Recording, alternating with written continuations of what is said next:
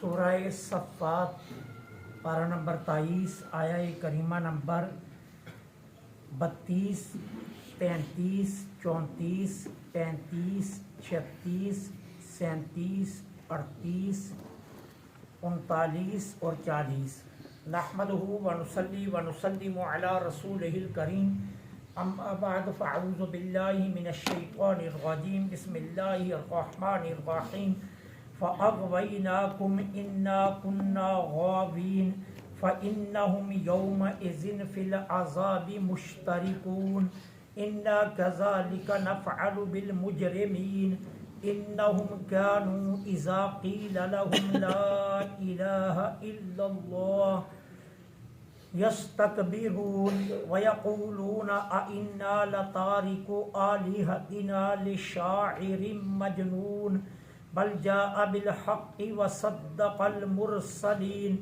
Income لذائق العذاب العلیم وما تجزون الا ما کنتم تعملون الا عباد اللہ المخلصین صدق اللہ العظیم۔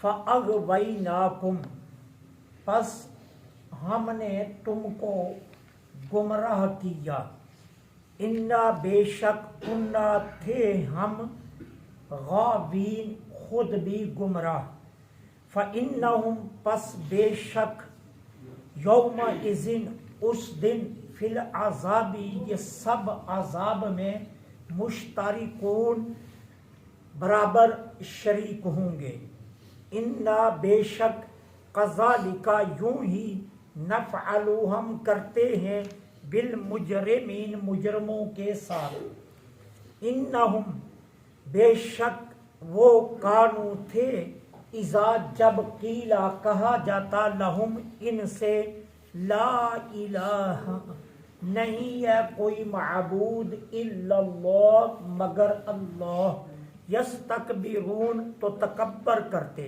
ویقولون اور کہتے اِنَّا کیا ہم لَتَارِكُو چھوڑ دیں آلِہَتِنَا اپنے معبودوں کو لِشَاعِرٍ مجنون ایک دیوانے اور شاعر کی وجہ سے، بل جاء بلکہ لائے ہیں وہ بالحق حق وصدق المرسلین اور رسولوں کی تصدیق کی ہے انہوں نے، انکم بے شک تم لذائقو ضرور بھی ضرور چکھو عذاب العلیم دردناک عذاب کا مزہ، وما تجزون اور نہیں ہم بدلہ دیتے الا مگر ما کنتم تعملون انہی کا جو کام تم نے کیے، الا مگر عباد اللہ المخلصین مگر ہمارے مخلص بندے۔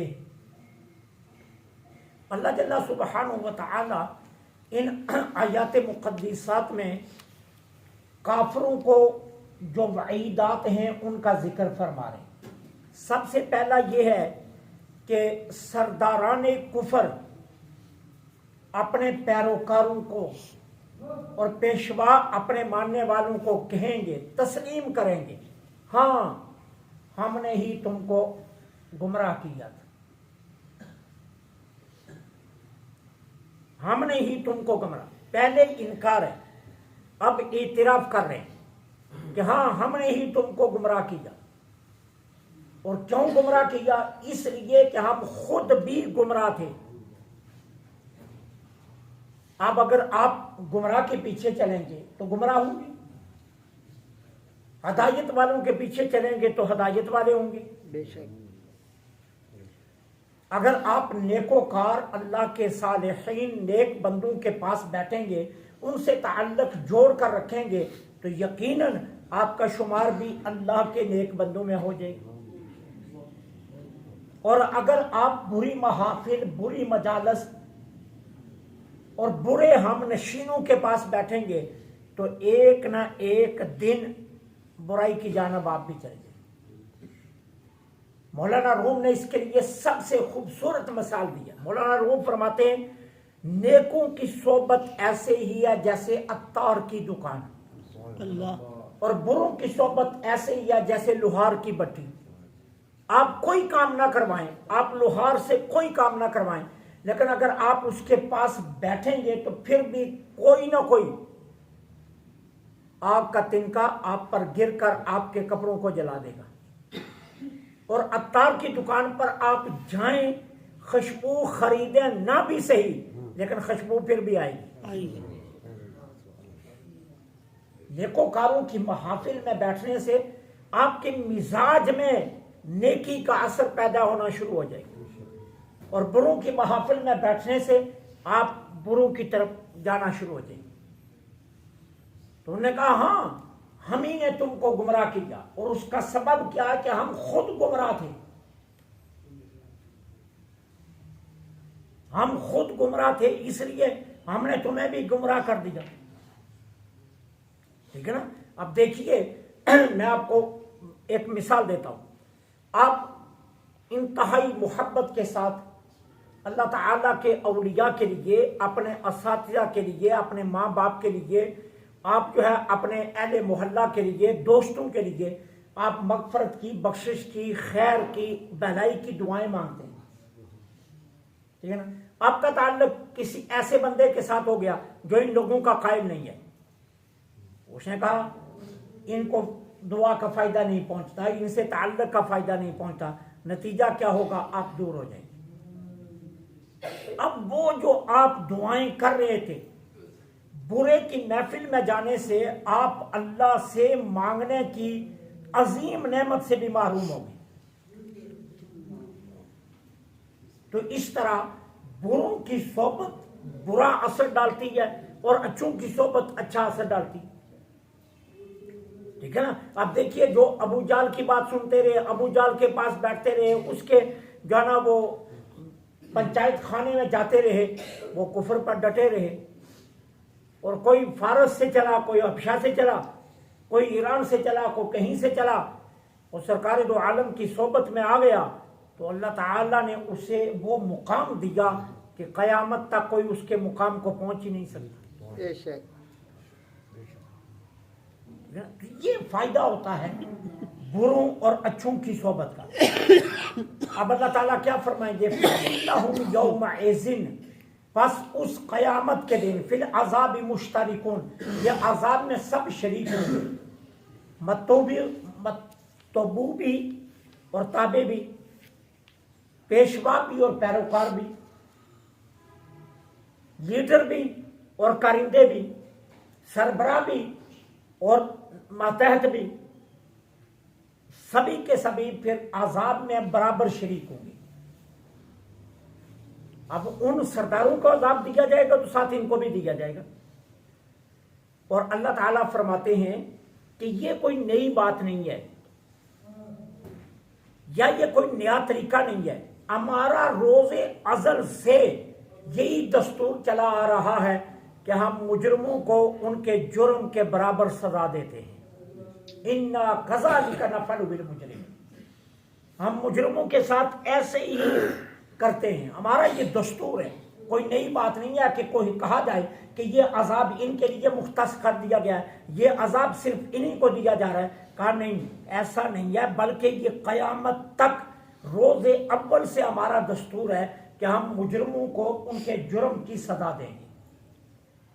انہم، اب ان کے جرم بتائے جا رہے ہیں۔ ان کا جرم کیا ہے؟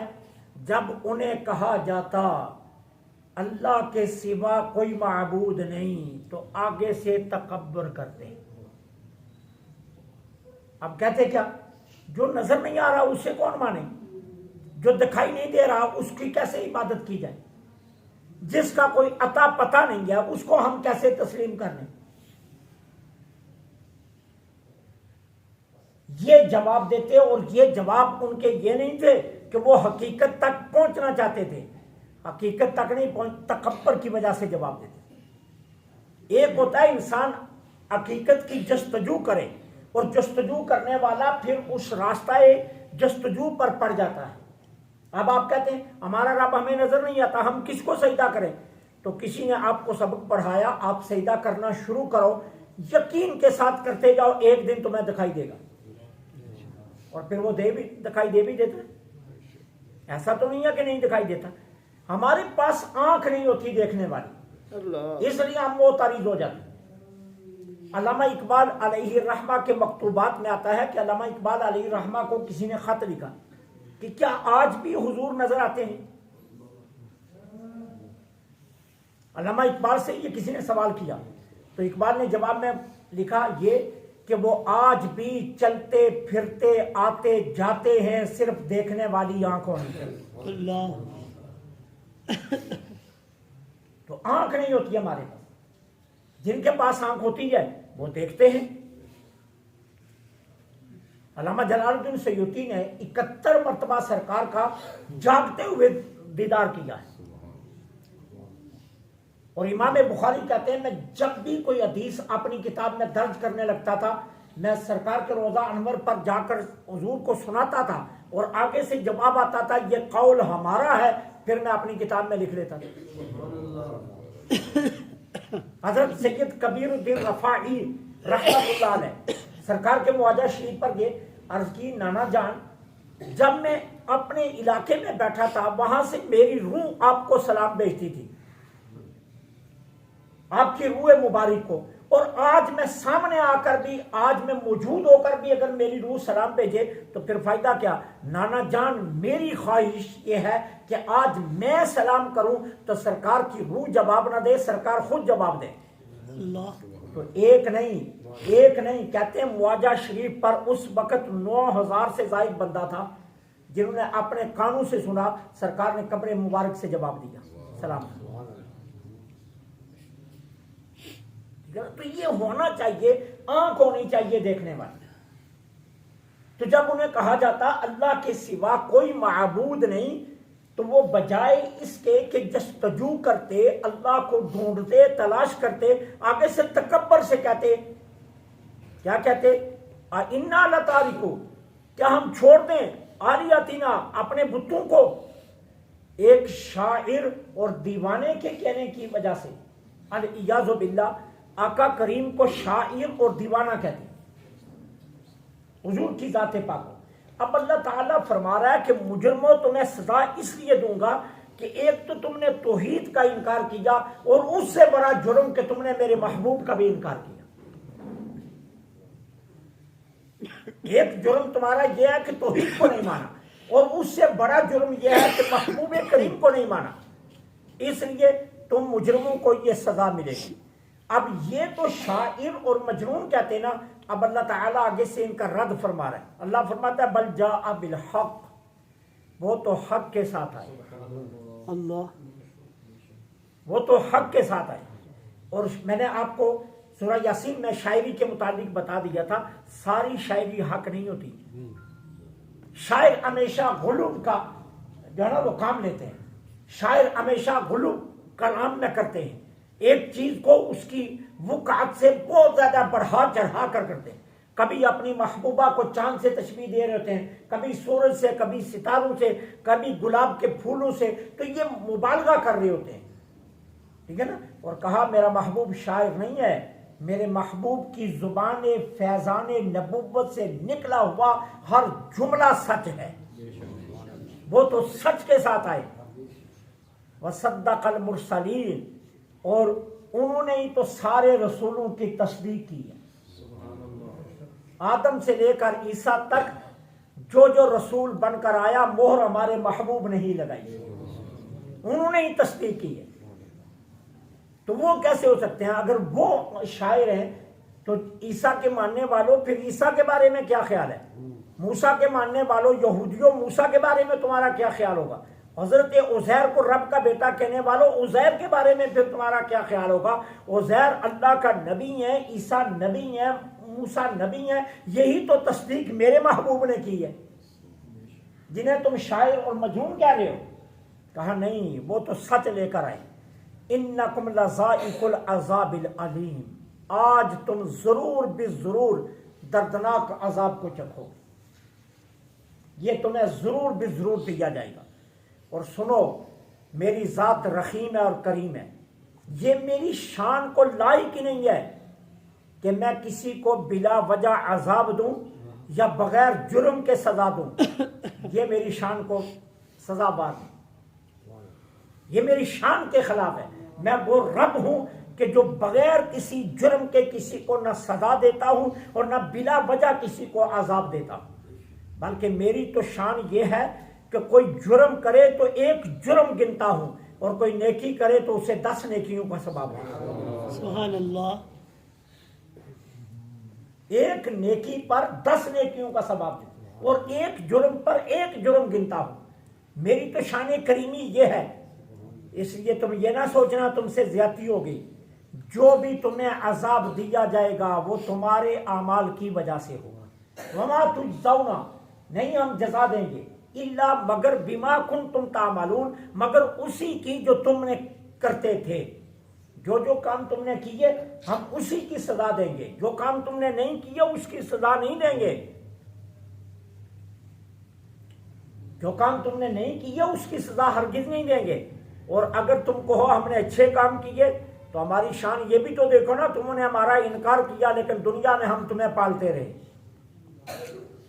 باپ کا بیٹا کہہ دے باپ کو کہ تم میرا باپ ہی نہیں ہے، ایک بار برداشت کر لے گا، 2 3 4 دن 6 دن 8 دن 10 دن 12ویں دن باپ بھی کہے گا اچھا اگر میں تیرا باپ نہیں ہوں نا تو پھر یوں کرتے ہیں میں تجھے آگ کرتا ہوں، جا جا کر اپنا باپ ڈھونڈ لے، یا اپنی ماں سے پوچھ اس نے کیا جرم کیا. وہ بھی گھر سے دھکے دے کر نکال دیتا ہے. اور مجھے دیکھو 80 سال تک تم نے میرا انکار کیا، میں پھر بھی تمہیں پالتا رہا. اللہ. ایک دن کہا کہ یہ کلمہ پڑھنے والا اس کے گھر پر بارش ہونی چاہیے، یہ کافر کے گھر پر بارش نہیں ہونی چاہیے. کبھی کہا کلمے والے کو رزق ملنا چاہیے، منکر کو رزق نہیں ملنا چاہیے.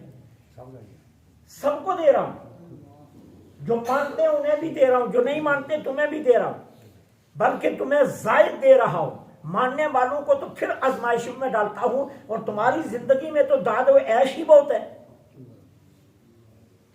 تو میں نے تو کبھی کوئی ایسا نہیں کیا، یہ میری شان کے لائق ہی نہیں ہے. وما تجزون، نہیں بدلہ دیا جائے گا الا بما کنتم تعملون، مگر اسی کا جو تم کرتے تھے. الا عباد اللہ المخلصین، ہاں جو میرے مخلص بندے ہیں انہیں اپنی شان سے بھی زیادہ اجر عطا کروں.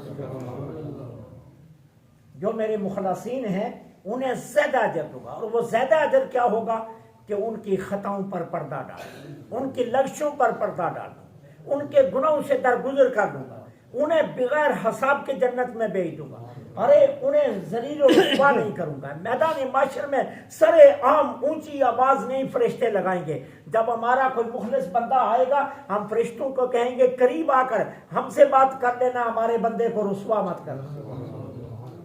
تو کہا جو ہمارے مخلصین بندے ہوں گے ہم انہیں ہر طرح سے جزائے کثیر دیں گے، لیکن تمہیں اس کی سزا دی جائے گی جو تم نے کیا ہے. اللہ سے دعا ہے اللہ حق کہنے کی توفیق عطا فرمائے. وما